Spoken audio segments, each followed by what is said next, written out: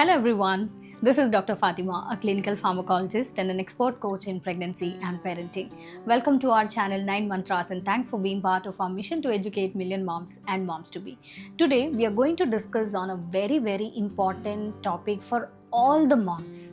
This is nothing but eczema.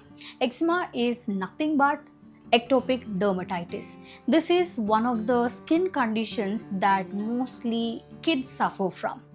I wouldn't say every baby would go through. Sometimes some babies may suffer eczema due to various reasons. So we will discuss more about it. Eczema is also called as ectopic dermatitis. It's a common skin condition that causes dry, itchy or inflamed skin.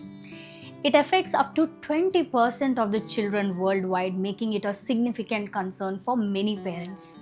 While it can be challenging to manage, but understanding eczema can help you manage much better. So we'll understand what are the causes and how we need to take care of our children.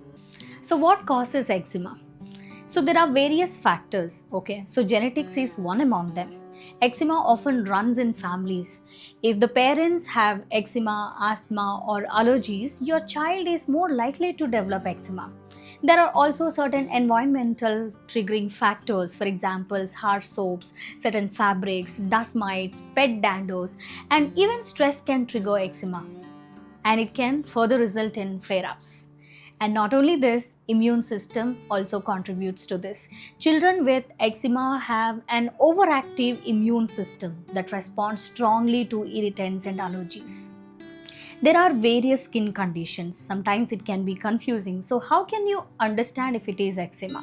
If you find dry, itchy skin, redness, inflamed patches, which can be rough, leathery or scaly skin, small raised bumps that may leak fluid when scratched. Eczema commonly appears on the face, hands, feet, and in the creases of elbows and knees. It can significantly impact a child's quality of life, affecting sleep, mood, and even social interaction. Prevention is always better than cure. So, we need to understand how we can manage these symptoms. So let me help you out with the management part. See, always go for a good skincare routine. Skincare routine is not just for us adults, it's also for babies and children. So use fragrance-free products always. Don't go with any sort of fancy products and all. Little is more. Just always remember this thing. So basic moisturizer for baby, natural fragrance-free moisturizer is very important. Maintain a healthy diet. Some foods may help in reducing inflammation. Go ahead with them and just see if they are having any allergies. Always consult your doctor about the potential dietary changes, or if baby has got any like allergies, just see that you are avoiding them. And there are also many home remedies that you can actually follow. I know you all are very much interested to know like what we can do at home itself. We don't like to use other medicated products and all. We wanted to take care before it even happens, or even if it happens we wanted to give some home remedies. Home remedies is always a favorite thing, I would say, right? So now let's understand what we can do at home itself. Moisturize. This is the best thing that you can do. Just apply fragrance free moisturizer at least twice a day. Whenever you're giving bath, just use lukewarm water. We all have the habit of giving bath with hot water, saying that hot water will be good for them. Baby is too small, so we can't give lukewarm water or cold water. See, when you give bath with hot water, it flares up. Okay, so try using lukewarm water for not more than 10 to 15 minutes. Okay, don't keep your baby in water playing all the time, or doing all the stuff more than 10 to 15 minutes. Use gentle fragrance free soaps.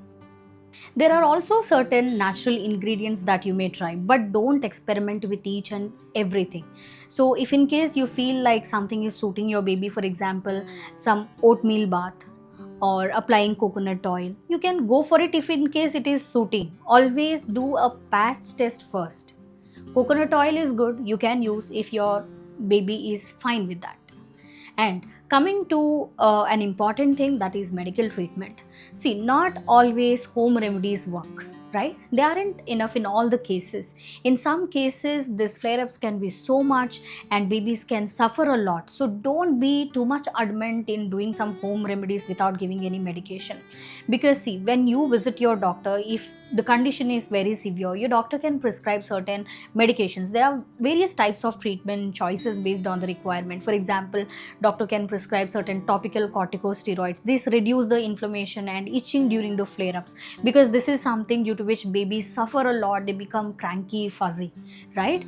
And they do have itching a lot, right? So antihistamines will be helpful, especially at night. They become even more cranky because of this itching. And we have also discussed the immune system is one of the reasons. So immunomodulators can be prescribed. These medication help in controlling the immune system's response, right? So there are various ways to treat it. Okay, it's all about how well you get it diagnosed and treated. Remember, always consult your doctor. Never ever give any medication on your own, because you never know what that condition is. It could be ectopic dermatitis or something else, right? So please visit your doctor and use medication accordingly. And yes, it's important to take care of your baby at home also. Home remedies do help, but not at the cost of your baby's suffering and all, right? So just take care of your baby in this way. Be vigilant, just watch for the symptoms, just see what all symptoms baby is having, for how long they are, and what kind of symptoms baby is showing up. Okay, so just look at this. Managing eczema in children can be challenging, but with right approach, it's entirely possible to keep it under control. Every child is different, so what works for one may not work for another, right? So be patient, consistent, and don't hesitate to reach out to your doctor for support.